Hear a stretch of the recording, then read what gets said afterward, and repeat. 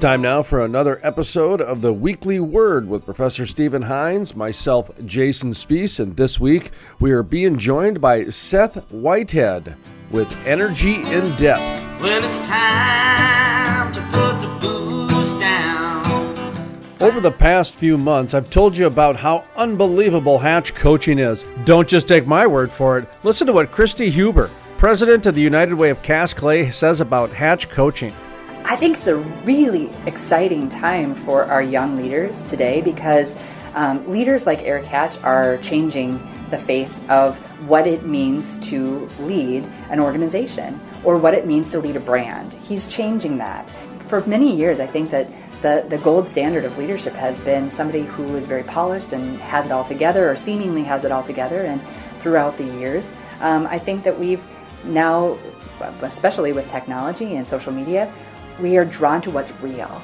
To find out more about Hatch Coaching or to have Eric Hatch speak at your event or company, visit hatchcoaching.com. That's hatchcoaching.com. Or call 701-212-1572. That's 701-212-1572. Professor Stephen Heins, the word merchant, and a radio host along with Jason Spiess. My name's Seth Whitehead, and I am team lead for Energy in Depth, which is a media outreach, education, and research program sponsored by the Independent Petroleum Association of America.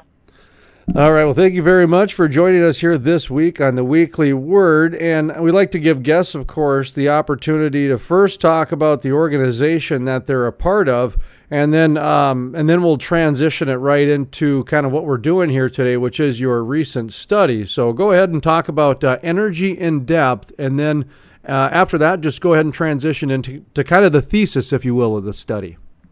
Okay. Energy in Depth is a program that was started in 2009 to correct the record for some reporting that was being done on hydraulic fracturing as high-volume hydraulic fracturing started to take off around that time. And the main focus of the organization is to have media outreach to make sure that the media is reporting the facts on fracking, and also to highlight data points such as we did in this report regarding the facts on upstream oil and gas development. In our report, it's very simple, really.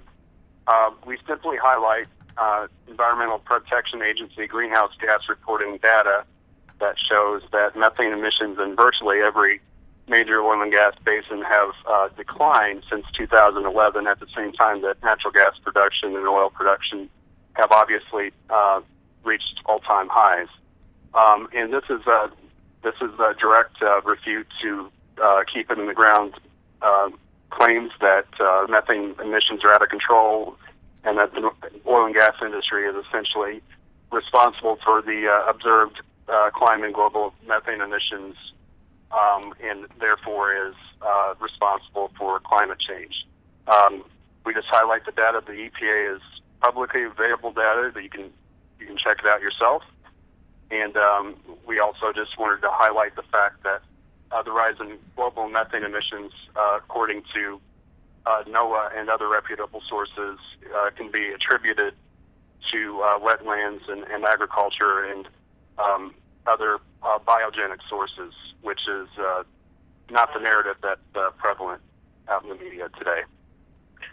Well said. This is Professor Heins. Well said, Seth.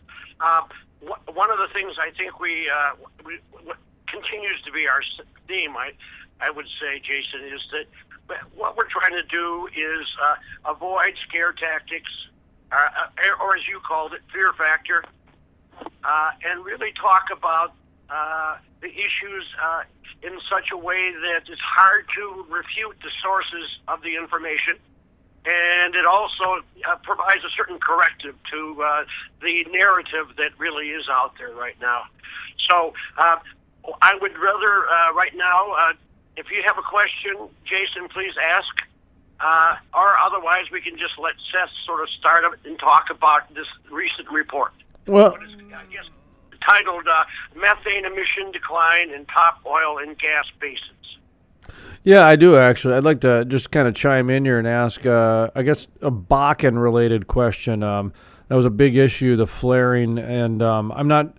I guess I haven't read your report, so I'm not familiar if you did a full gamut of shale plays, specific ones, or just one in general. But I've been covering the Bakken for quite a while now, of course, and the like I said, the emissions, the flaring, the methane, that sort of thing was a problem there. They had some gas gathering infrastructure put in. They've got the numbers down substantially.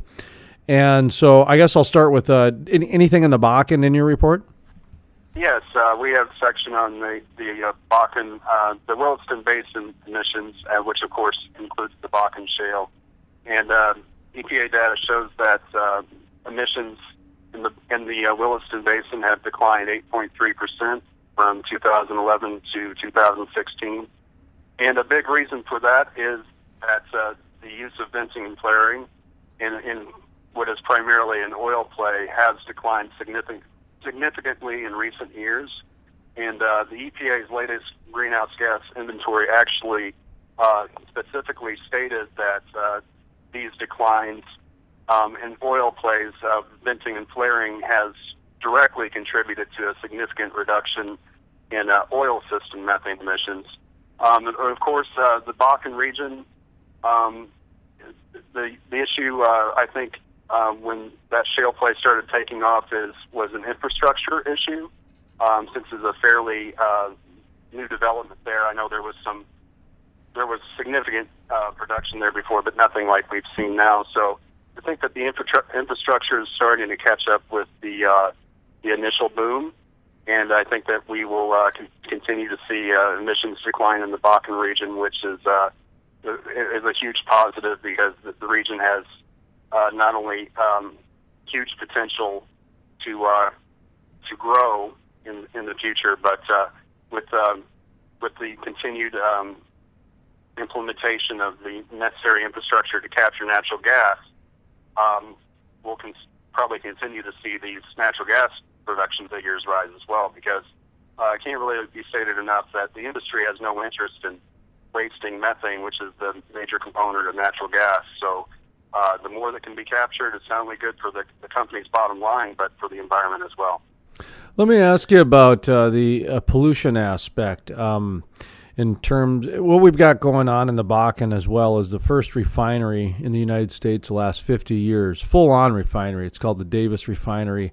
It's going to be built Belfield, North Dakota, near Theodore Roosevelt National Park. It's a national park, so you're getting national protesters, professional protesters, I call them, because that's how they make their living. Is they travel the country protesting specific themes and genres of things. Now, on my program, we do a weekly Davis Refinery update, and we've talked to everybody from the state officials to the engineers to the CEO of the company to the locals, and everybody seems to be on the same page, including the state officials who have worked with the EPA, that this technology is going to be extremely clean, and it's going to have, like, I think it's called low emissions or zero sum emissions or something like that. Low source. And is there anything to do with the pollution aspect with, I know you were talking methane here, and I might be outside the box a little on the refinery, but it got me thinking, pollution, national parks, oil and gas. Did you cover anything with the pollution, and did you find anything that has to deal with it with your study? Well, our organization focuses really on upstream, so we don't. I really can't speak in too much detail about anything regarding refineries.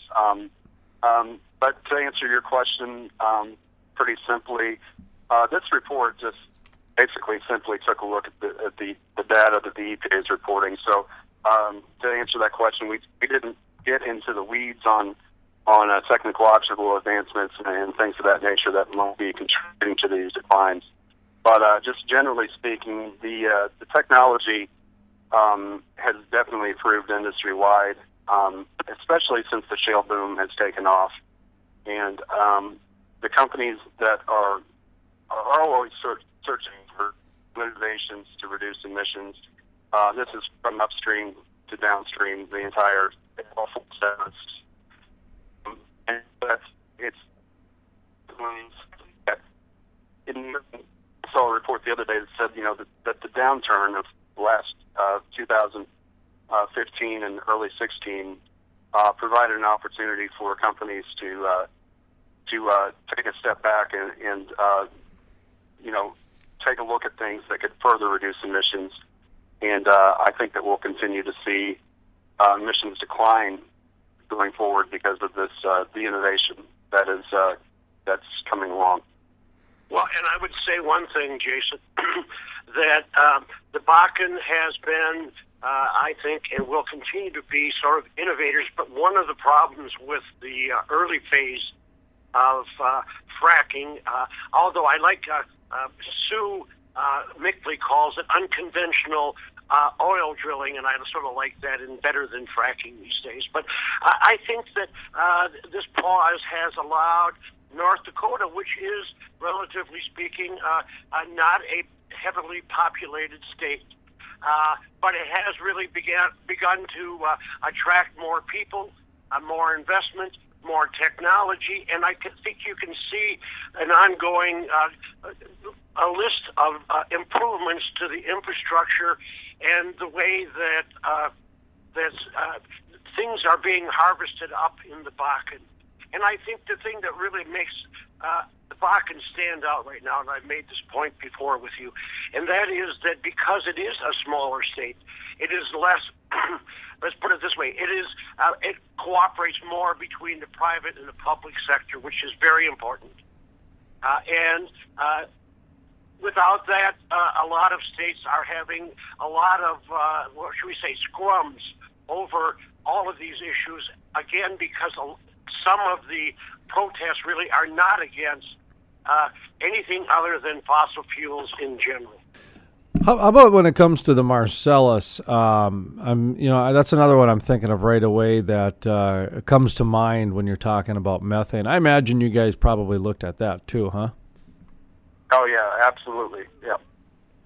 And in the Appalachian region, which includes the Utica Shale and the Marcellus Shale, the numbers are really incredible.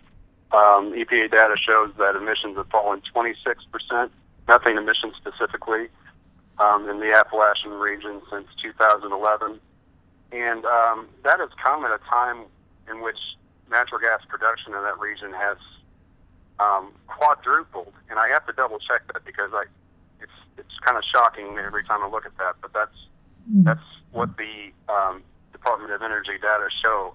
And so what we're seeing in this particular region is very low methane leakage rates, which is it's really incredible.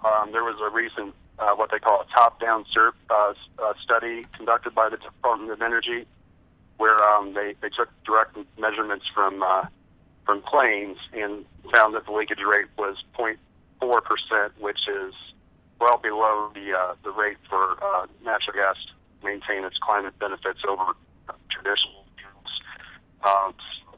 It's really going on there.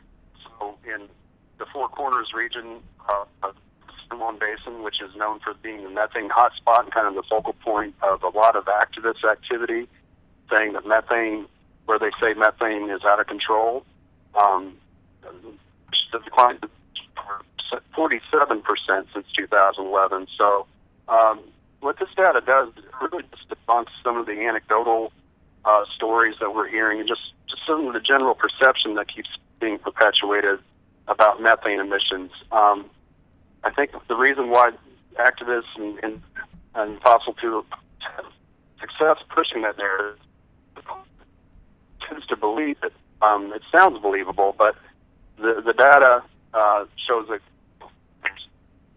and with an order saying this is our opinion, we're saying that shows. So it's pretty much plain math, and that's the emphasis of a report is just to present the numbers as they are. Well, and one thing I add on to what Seth is saying, as you and I have found out, Jason, that West Virginia is coming online right now. The indications are that there's going to be massive investments, both in their shale, but also in the pipelines that will connect Pennsylvania, Ohio, and Virginia and other states. So once Virginia really starts this their process, not only will it start adding insignificant employment, but it'll also take out even more of the methane and other emissions that are in partly because of a sort of older infrastructure that now is really being replaced, but in West Virginia is going to be totally new technology. I'm kind of looking at some things here, and I was wondering, Seth, what's the biggest takeaway that you found from the study? I mean, as far as what you guys took to be kind of either the most surprising, the most obvious, or just kind of the most unique, I guess. What did you take away in kind of amazement from this? Well, to be honest, this is kind of old news to me, as I've been following this for a few years now. So basically, it kind of reinforces what the data that I've been seeing for the last 4 years. And that data has shown that methane emissions have declined as the shale boom has taken off, which is the complete opposite of what the Keep It in the Ground movement has said. And you can go to various data sources. The Environmental Defense Fund, which is the biggest advocate of methane regulations possibly in the country, their own reports show very low methane leakage rates. So we have basically an environmental group saying that the methane leakage is low, and the EPA, and this is the EPA spanning not just the Trump administration, but the data dates back to the McCarthy administration, or the Obama administration and Gina McCarthy, and it shows a consistent trend. And also, the data is based, the EPA data is based largely on these EDF studies that have shown very low methane leakage rates.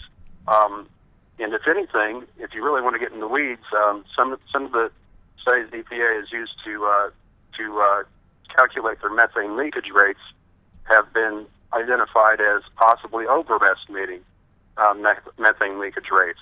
The bottom line, though, is that methane leakage rates are falling, production is increasing, CO2 emissions are plummeting, and we're doing all this at the same time, which is really an unprecedented trend because we're having great economic growth along with declining emissions, and no other country in the world is achieving this trend. And I think it's something that hopefully this report will further highlight and so to speak, mainstream these facts, which, for whatever reason, many in the media just have not covered. Well, and the other thing that's been made a big deal about is that methane is more CO2 than any of the other emissions. And one of the things that is being highlighted is that while it doesn't stay in the atmosphere as long, it is, I don't know, you can probably add to this, Seth, but 6, 7, 8 times as much CO2 per whatever the measurement is than the rest of the pollutants. And that's really been kind of the reason why methane has really sort of become more prevalent and more visible, is because of its negative effects. If it is not sort of dealt with and improved by technology and paying closer attention to not only what's happening at the well site, but also as far as transmission and pipelines and that whole cycle to the end use of natural gas. Okay, we're just kind of rounding things back here. Seth, is there anything else that you want to add to this, or any Professor Ryan, anything else you want to ask as far as the report, or while we have him on the line here? Well, Oh, go ahead. I'm sorry. I want to highlight the organization that has sprung up that Seth is a part of. A couple of things I found out as I talked with Seth.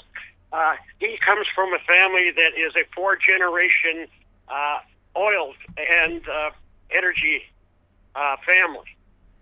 Also, that in some ways, Seth is the first one who's gone from being out in the field, boots on the ground, sort of part of the energy family, to being more a reporter and as he put it, a desk job. Now, it could easily be argued that that the desk jobs right now and the staff that the Independent Petroleum Association put together is very impressive. They cover all. I think there are 26 people, as I remember you saying, Seth, but also that they are distributed. So they are really reporting about information in all of the important sites in America. And that really remains key. You and I, right now, Jason, we're trying to provide a more national perspective. And one of the things that I am very impressed by, the whole organization, and we'll hear from another member, a woman by the name of Nicole Jacobs, who's a very good writer, and she lives in Pennsylvania, so she'll be able to continue to provide better information about what's happening, as Seth called it, Appalachia. But we know it is Marcellus and the Utica developments. And that seems to me very important part of our whole discussion, Jason, is that we want to represent not just the Bakken, although to me it's the most important part of this discussion, and simply because it is less political and more economic development driven. Yeah, he said that perfectly. We do have field teams throughout the country in Ohio, Pennsylvania, Colorado, California, and of course Texas. We also have a presence in Florida, and the idea is to have boots on the ground in areas where development is occurring and where controversy is also occurring, and this information is being pushed. We would love to have a presence in North Dakota. Which I've been advocating. I have been advocating get somebody in North Dakota because I think one of the issues in North Dakota is that I think that public support is fairly prevalent. Maybe that's a reason that we don't at the moment. But I've always been kind of fascinated with what's going on in North Dakota, and I have a fair amount of knowledge. So, not saying I think it's cold enough in Illinois. I don't know if I want to go up any further north, but definitely a place I'd like to visit and check out what's really going on up there, rather than watch some silly sitcom, or they had a drama, a TV show made about the Bakken a few years ago that was just awful. But I've been kind of following what's going on up there from afar. So, but yeah, just to kind of summarize, energy in depth is we kind of put ourselves out there, and obviously the activists really push back on us really hard, but we just keep it based on the facts and on data such as this, and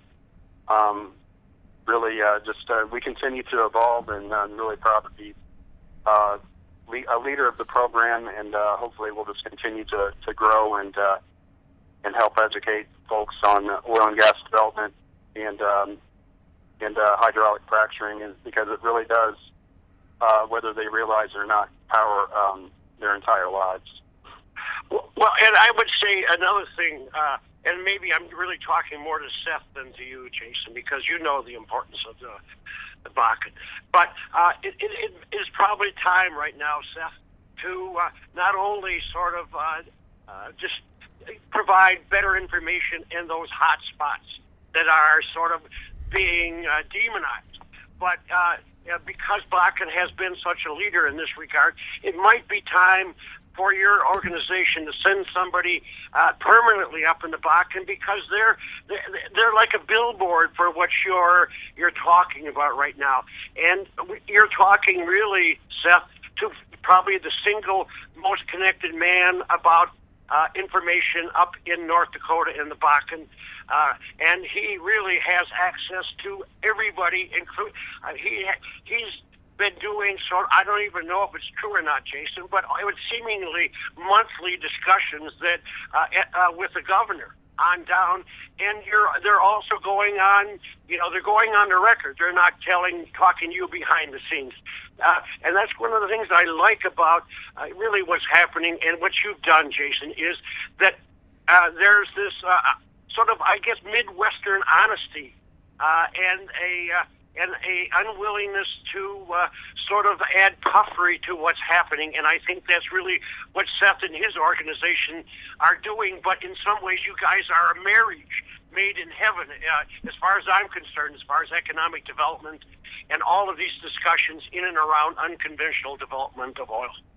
Well, I'll jump in here for just a second, and we've just got about 5 minutes left, and then we got to wrap up. But Seth, I wanted to ask you, and I'm glad you brought up kind of a little bit about your past a little bit, because I reading your bio, I saw that you had a background in journalism, and so as I do as well. And you're a sports reporter. I did some sports as well, and I actually came from a magazine background, but I worked with newspapers. I was a newspaper carrier, but so my style was a little bit more of the soft news, whereas I can see from your background you're a little bit more of a hard news. And so what I did was, when I got to the Bakken, I would take this hard news, this the studies and a lot of the other government type things that would direct the flow of things, and I'd turn it into soft news. So we started doing more community-based stories, and the whole reason behind that was people were getting so burned out at politics, and that was politics were integrating into oil and gas so much that it almost became a party line thing, which was very odd because like you said, oil and gas actually powers like everything, really. And so to me, I did not appreciate how gun control and right to life would get it kind of integrated in with oil and gas, where because these are polarizing issues. These are very polarizing issues. And oil and gas was becoming more polarizing because I call it the religion of environmentalism, was taking off very well to where they positioned it as saving Mother Earth. So a very long way. My approach has been to try to humanize the industry. With your background, looking more at the hard news and facts, but knowing the oil and gas industry, do you think try to humanize the industry is a decent approach for oil and gas, or do you think the hard news? Talk to me a little bit about the narrative and the presentation when it comes to reporting and writing when it comes to oil and gas. I think it's got to be a balance, really. Obviously, what I do is almost 95% hard news, based on the simple facts and data. However, we have had some success with the EID program this year, telling the human side of what's going on. And I'll use a particular example in Ohio. Our Ohio director, Jackie Stewart, this year highlighted how the fracking boom there is bringing out back steel manufacturing, which was, of course, that's known as the Rust Belt now, but that hopefully will go away because of what's going on in Ohio. And she did a really great job of talking to some local folks who used to work in the steel mill, that some of their children and grandchildren are going back to work at that steel mill. And that was one of the most popular blog posts we did this year. And I think it's because it told that human element, how this is making folks' life better. Because, unfortunately, the other side of this debate has done a good job of telling stories using anecdotes, and of course, I question almost all of them, and think that many of them have been manufactured. But, however, they have been effective, and I agree that we, as representatives of the industry, need to do a better job of humanizing this issue and showing how it's really made people's lives better, which numerous studies and data points illustrate that. But yeah, we need to get people on the record saying, hey, I was able to pay off my my house, or I was able to get this job and send my kids to school and make our lives better, because there's no question that it's made folks' lives better throughout the country. That is a... Can I just add on one thing right now? There was a very famous song done by Bruce Springsteen called Youngstown, and it was a story talking about a city that's gone away. It was important in American history, and the truth is right now, Youngstown is booming for a couple of reasons. Certainly because what's underneath the ground, but also because they provide the manufacturing for a lot of the equipment that now is known as the infrastructure for unconventional oil. And that is the undertold story about places like Ohio. But I guess what I would say to both of you right now is there is no way to avoid the politics of this. Well, that's... And I suppose I'm going to try and be a little bit of a link for you, Jason. But also I want to be a link for the hard data kind of people who are doing the positive reporting on the fracking revolution. So in some ways, I think it's a wake-up call for us all, because we cannot avoid having some kind of a political discussion. Hopefully, and I think you and I do this, Jason, we want it nonpartisan, and we don't want to talk about the hot points because they're just so divisive. And Seth, I want to circle back to what you were talking about before, because I thought it was very important, and I'm glad that you're a newspaper guy, because when I went and did the Bakken, I went and spent a year out there. I embedded myself into the community because method acting, well, boots on the ground journalism. It's the same thing. That's the only way to completely understand, and that's when I saw the benefits that the industry did for the community. Okay, it did exactly what you said, the paying the student loans off and paying the mortgages off, but they also would donate to every single local baseball team, and they would make sure that they had the foundation built for the community center. If the community wanted to add the bells and whistles, that was up to them, but industry would make sure that they had a place to have weddings and I started seeing this stuff firsthand, and I was so amazed by it. And back then, we'll call it 7 years ago, the news had not changed yet. And I think you know what I'm talking about. Back then, the news had gone into a hard news and soft news balance. And the weekends were more reserved for your soft news, more of your features. Hey, we're humanizing the news. We're showing that the people here are this and that. During the week, you were a little bit more of the hard business type news type of a thing, more of the facts and figures. Hey, we're busy. We're working. We got to run our kids to school. Give us time. The weekends, you had a little more time to relax. Okay. Over the last, say, 5 to 7 years, I've noticed almost instead of that hard news, soft news balance, they've replaced it with a right point of view Democrat versus left point of view Democrat. I'm just having this revelation right now, by the way, Seth. So do you have any idea? Are you following me with this logic at all, given your background in the newspaper industry? Yeah, and I don't know. Hopefully I'm not going off the tracks here. We're on the same page, but the newspaper industry and the media in general, but specifically the newspaper industry, is struggling to stay in business and is struggling with revenue. So I think what I see more in is the sensational clickbait type headlines, and a lot of time those are based on anecdotal evidence or hearsay, and that's really the troubling aspect of the media that I see.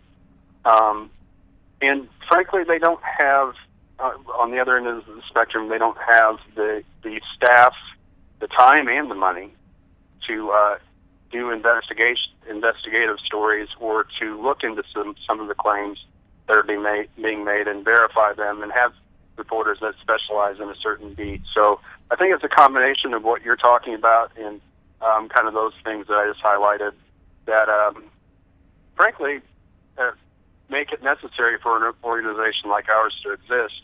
Otherwise, the misinformation would basically grow beyond any sort of control. So, yeah, I hope that wasn't too rambling, but that's my take on it. No, I think that was a good point, because what that did is that to me, it layered in the quick bait headlines. A lot of time will get your reaction if they're political, and that to me kind of it mixed both of ours together into kind of what one of the problems with the media is right now. Professor Heins, it's your turn to layer something into this little snow cone we're making. Very good line.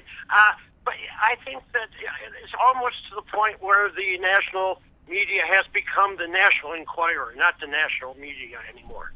And I am kind of stunned because as you know, Jason, I'm semi-retired, except I'm really head over heels in love with the story. I'm a businessman by nature.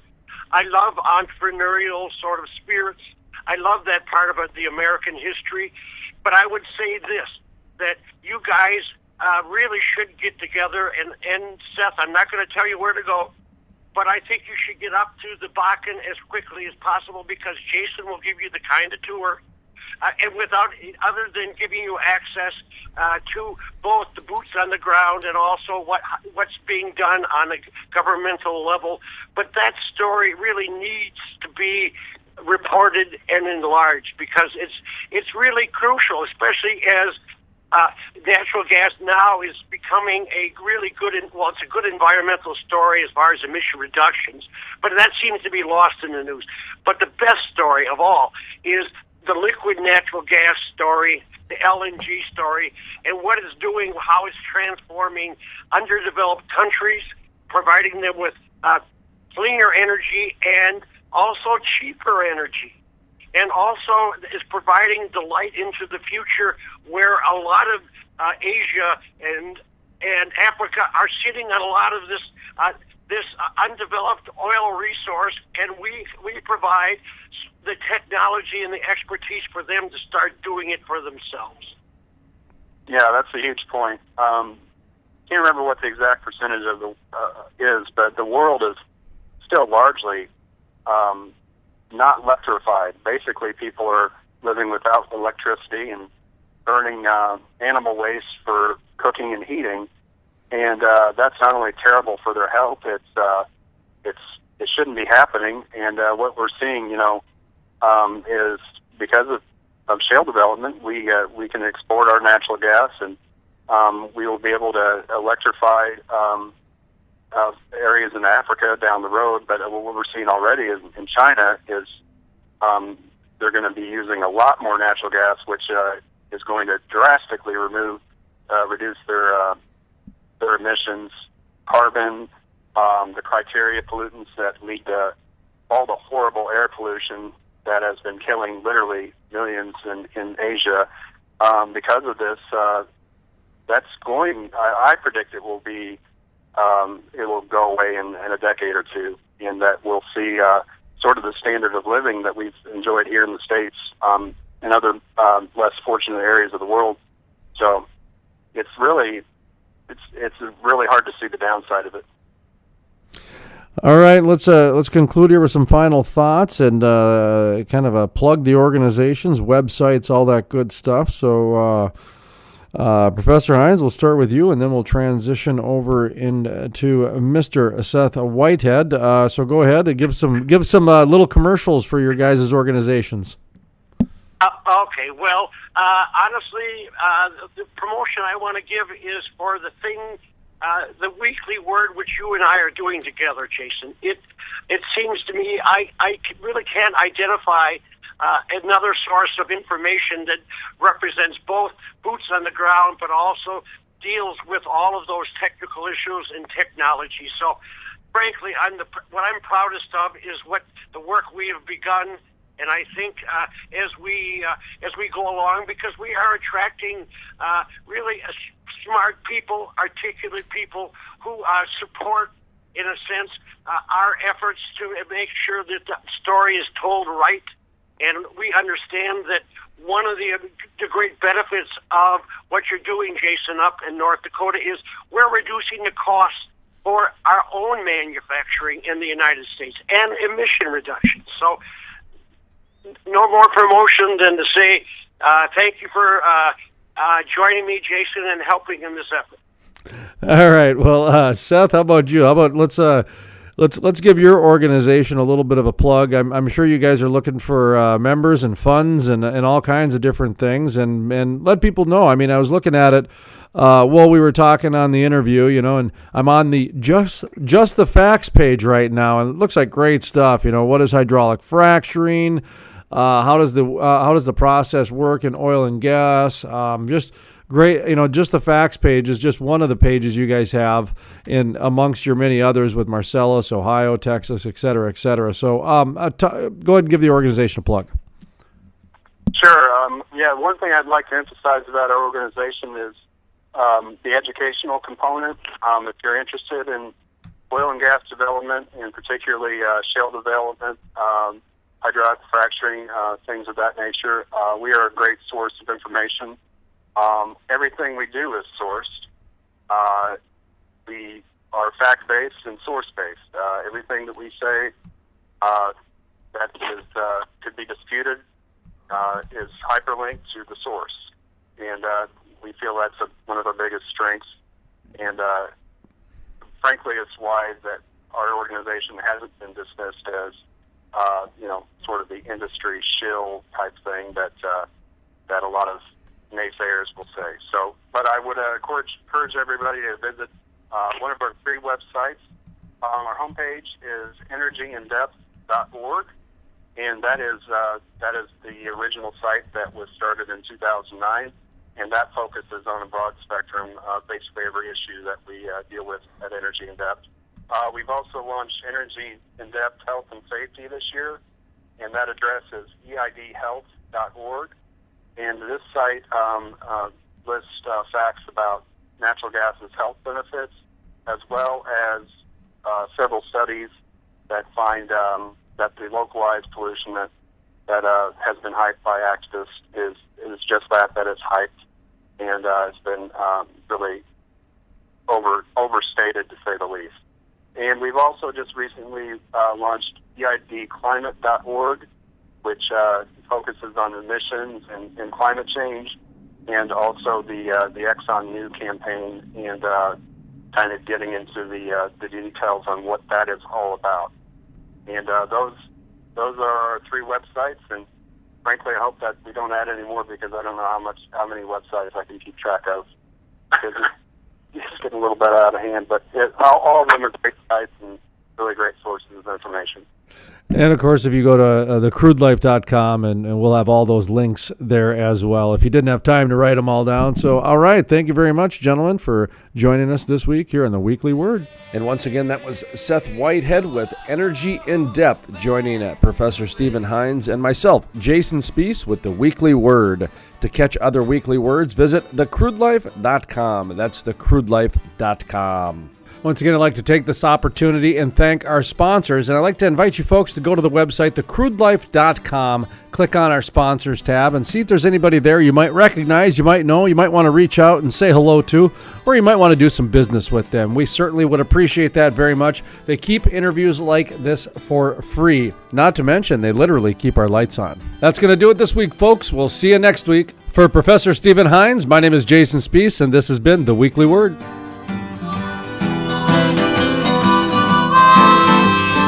The music on today's program is written and performed by the Moody River Band. To find out more about the Moody River Band or their music, visit our website, thecrudelife.com, and click on the Musician tab. That's thecrudelife.com, and click on the Musicians tab. Now we're gonna have no trouble with the treble. There's no breaks in the bass. It's just you and me, and baby, singing it like we did in the good old days. like they did in the good old days, because we're back to the way.